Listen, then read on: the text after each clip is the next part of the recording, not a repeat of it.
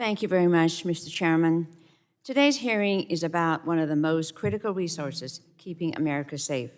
Public safety communications are vital to ensure we have round-the-clock warnings to avoid tragedies, such as lives lost and the tens of thousands displaced during this year's California wildfire season, or this summer's flash floods in Central Texas, the deadliest in almost 49 years.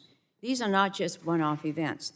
As climate change worsens, extreme weather events are becoming more common and deadly. Yet instead of investing in the public communication systems that literally save lives, Republicans are bending the knee as President Trump takes a wrecking ball to our public safety infrastructure.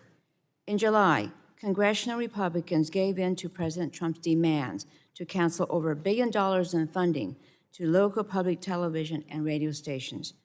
Public media stations, which reach nearly 99% of Americans and can send out emergency alerts even when cellular and internet service are down.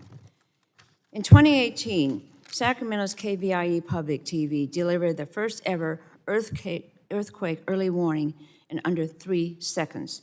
This warning system by California public TV stations gives the public critical seconds of notice before shaking begins, allowing people to move to safety, hospitals to protect patients, and operators to secure critical infrastructure. Yet Republicans chose to defund public media, kneecapping local and especially rural and remote communities' ability to receive life-saving information. This isn't just speculation. We're already seeing the consequences play out in real time. The Corporation for Public Broadcasting can no longer administer grants for the next generation warning system, leaving in limbo millions of dollars in funding to upgrade local stations' emergency alert equipment. And thanks to their one big ugly bill, Republicans have hijacked billions of spectrum auction dollars to fund tax breaks for the wealthy, abandoning past bipartisan plans to use those funds for next generation 911 nationwide to update decade-old systems and provide faster, more accurate emergency responses. At the same time, the Trump administration is gutting public safety agencies like the National Weather Service.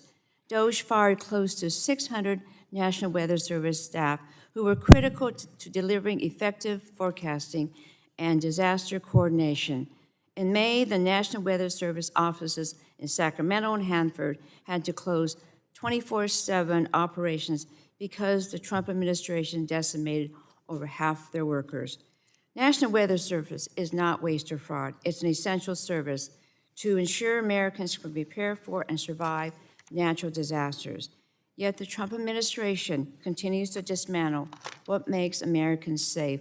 Take FEMA, the lead agency for coordinating federal disaster response.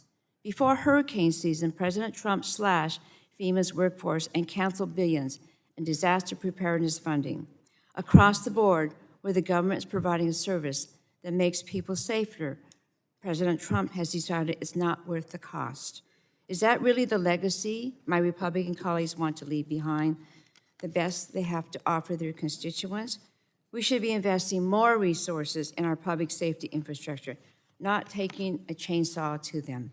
We must restore public media funding, invest in next generation 911 nationwide, and fight back against President Trump's public safety cuts. I look forward to hearing from our witnesses about how we can strengthen public safety communications. And I do hope we can get back to working on this issue in a common bipartisan way instead of standing by as this administration cripples our public safety and disaster preparedness. And with that, I yield the balance of my time.